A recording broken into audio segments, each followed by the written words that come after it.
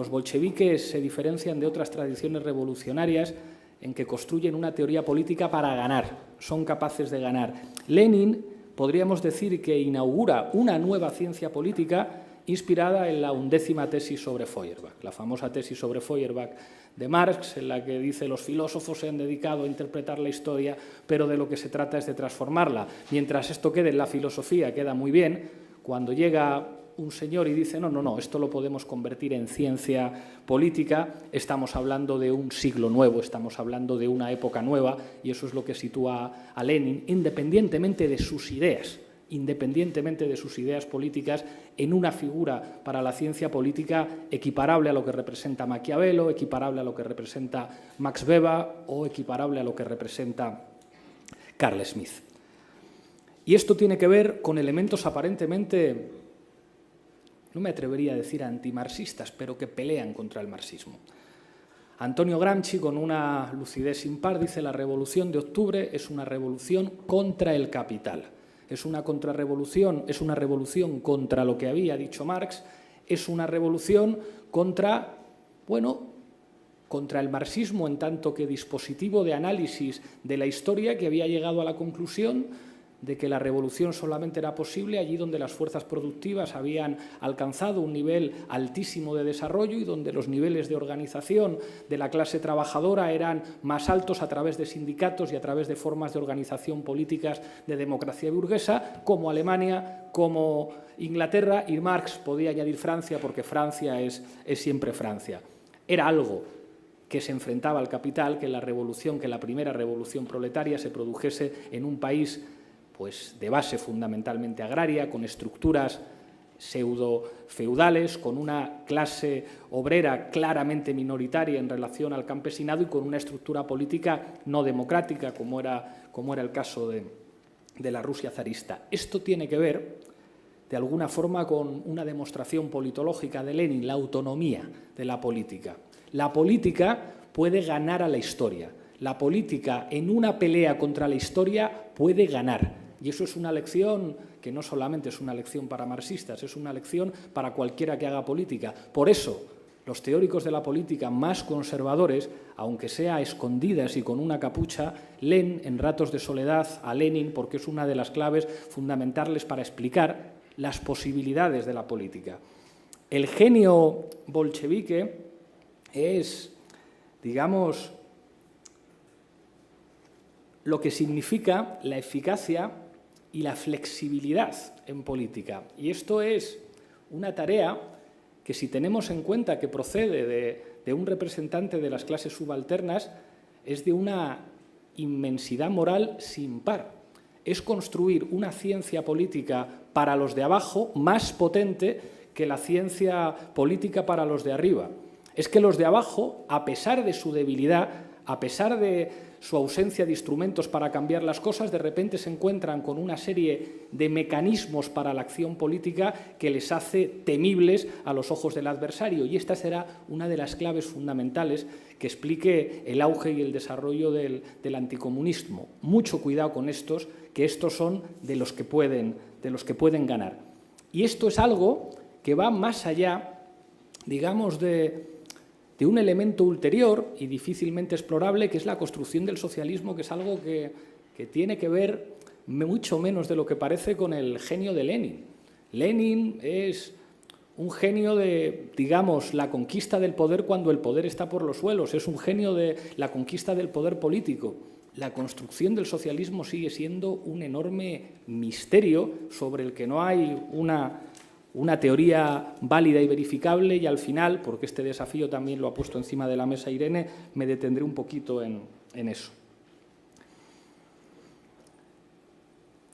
En el anticomunismo, digamos, hay un temor permanente a esa cultura política bolchevique que informa de alguna manera a lo que Sidney Tarrow llamó el movimiento social más importante del siglo XX, que es el movimiento comunista, y es esa capacidad bolchevique para ganar incluso en circunstancias enormemente difíciles, para ganar incluso en el momento de desnudez de la política, que es el momento jacobino. la capacidad de derrotar a enemigos imbatibles, una capacidad de flexibilidad táctica sin par en la historia del movimiento obrero, la capacidad de entender lo que significa el Estado y entender lo que significa la guerra, en entender lo que significa la guerra pues como expresión descarnada del conflicto político. Probablemente León Trotsky sea pues uno de los genios del siglo XX, organizar un ejército que tiene que ser disciplinado y, sobre todo, que son capaces de algo que es lo que seguramente aterroriza a sus adversarios, la capacidad bolchevique de producir orden. Los bolcheviques no solamente son capaces de alentar una insurrección, no solamente son capaces de dirigir esa insurrección, además son capaces de producir orden. Y esto tiene muchísimas expresiones históricas. De esa capacidad de lectura, de las oportunidades que abre la historia, de esas puertas que aparecen en la historia, y el genio bolchevique es tener esa llave que abre puertas que aparentemente tendrían que estar cerradas. El ejemplo histórico paradigmático es la propia Revolución Rusa, donde uno se encuentra cosas fascinantes como la NEP, la nueva política económica, algo aparentemente de derechas, mantener sistemas de propiedad privada en el campo que, sin embargo, era imprescindible. O uno se encuentra lo que representa la propia organización disciplinada del Ejército Rojo, o lo que implica enfrentarse simultáneamente a enemigos enormemente poderosos. Pero pensemos también en lo que significa el anticomunismo en la Guerra Civil Española. La característica fundamental de los comunistas españoles en la Guerra Civil Española es básicamente su capacidad para generar orden, para plantear una política exterior absolutamente pragmática. No es una política exterior revolucionaria, es una política exterior que dice hay que buscar la alianza con las potencias antifascistas, hay que buscar la alianza con Francia y con Inglaterra. En España no hay que hacer ninguna revolución, hay que mantener una república burguesa y, por lo tanto, tenemos que hacer una política exterior adaptada a esos requerimientos de la realidad. En la Guerra Civil Española plantea la necesidad de un ejército disciplinado, un ejército, si se quiere, enormemente convencional, un ejército para ganar una guerra. Son capaces de generar una enorme atracción, una enorme seducción política, no solamente entre sectores del ejército y entre sectores de la policía, también entre sectores de lo que extrañamente podríamos llamar en España en los años 30 clases medias, no solamente en los sectores de la clase trabajadora, porque son capaces de ofrecer orden. Son capaces de hacer algo feísimo, horrible, y en lo que está seguramente la historia más negra del comunismo español en la Guerra Civil, pero algo absolutamente imprescindible en una guerra, y es asumir que tiene que haber servicios de inteligencia.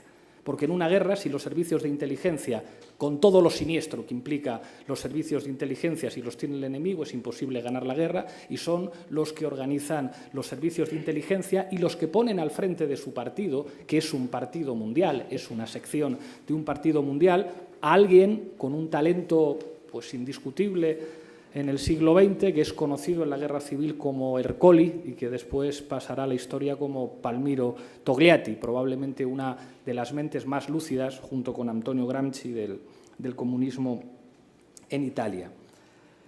Esa capacidad pragmática es lo que nos hace entender lo que significa el leninismo como un legado de la Revolución Rusa que va, me atrevería a decir, más allá del marxismo y, por supuesto, más allá de las organizaciones políticas que se reivindican de la izquierda y no digamos ya de las que mantienen, digamos, una M con un guión y una L en sus estatutos. Digamos, el mayor crimen que se puede cometer contra Lenin es convertirle en un santo, convertirle en una estatua o momificarlo, como hacen en Rusia. El leninismo no tiene que ver con eso, tiene que ver con esa comprensión de la política como algo que puede desafiar a la historia, como una ciencia política de los subalternos. Y esa creo que es la clave.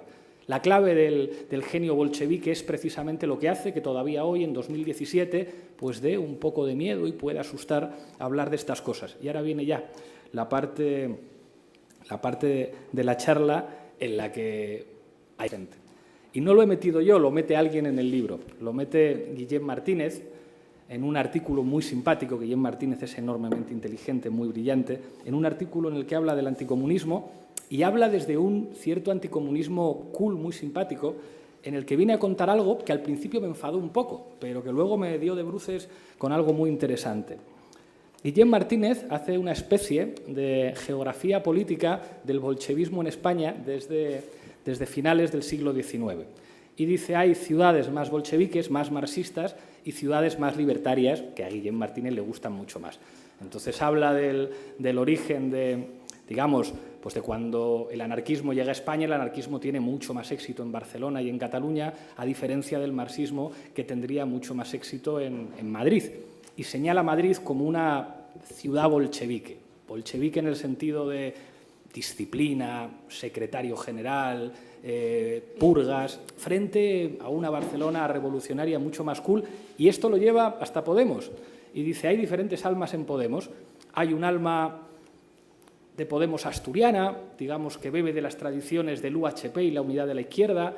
Hay un nuevo sujeto político en Cataluña que es enormemente cool, que es el que le fascina, que es cosmopolita, culto, de tradiciones anarcosindicalistas, y hay un Podemos de Madrid, que ese es el Podemos de secretario general, purga, contra los disidentes, disciplina. Entonces, cuando leía esto, me enfadaba un poco y me salía el orgullo madrileño de por qué algunos compañeros de Barcelona se empeñan en gritarnos cada vez que tienen ocasión que ellos son mucho más guays, que su ciudad es mucho mejor, que su izquierda mola mucho más. Es como, ¿por qué sois así? Si nosotros os queremos tanto. Y en realidad, pensando, me di cuenta de que en realidad lo que estaba haciendo Guillem Martínez era un elogio entre líneas. Estaba diciendo precisamente porque en Madrid ese genio existía, en Madrid y solamente en Madrid había un grupo que fue capaz de hacer la lectura del 15M, que transformó el 15M en una opción electoral que planteó la posibilidad de la victoria. Y hay que darle las gracias porque en algo que tenía una enorme apariencia de crítica, lo que había en el fondo era pues el mayor elogio que se nos podría hacer a los militantes de esta ciudad. Hay una anécdota que sirve para no solo complementar, sino, digamos, para asentar esta interpretación no autorizada del texto de Guillem Martínez, que es una cosa que me pasó con Jaume Asens, que es el segundo teniente de alcalde de la ciudad de Barcelona, allá yo creo que debía ser noviembre del año 2013 o diciembre del año 2013, cuando Podemos era un proyecto que teníamos en la cabeza. Pues quedé con él, porque somos amigos desde hace muchísimos años, para hablar con él y con Ada Colau y venderles la moto de lo que queríamos hacer con Podemos, que no logramos convencerles en aquel momento. Tuvieron que pasar las elecciones europeas. Y recuerdo que Jaume me contaba, que él explicaba a Ada y a sus compañeros, decía, pero es que lo está proponiendo Pablo. Ojo, que estos de Madrid son muy bolcheviques y que cuando proponen algo les suele salir. Que no es como nosotros, que estos cuando proponen algo se lo toman en serio y puede salir. Jaume Asens puede confirmar esta conversación. Bromas aparte y exageraciones aparte, la idea que quiero dejar sobre la mesa es esa capacidad del genio bolchevique para interpretar la política como el arte de lo que parecía imposible. La Realpolitik dice que la política es el arte de lo posible. El realismo leninista lo que dice es que lo imposible, estudiando mucho, aprovechando los momentos históricos y comprendiendo algunas claves de la política, se puede convertir en real. 3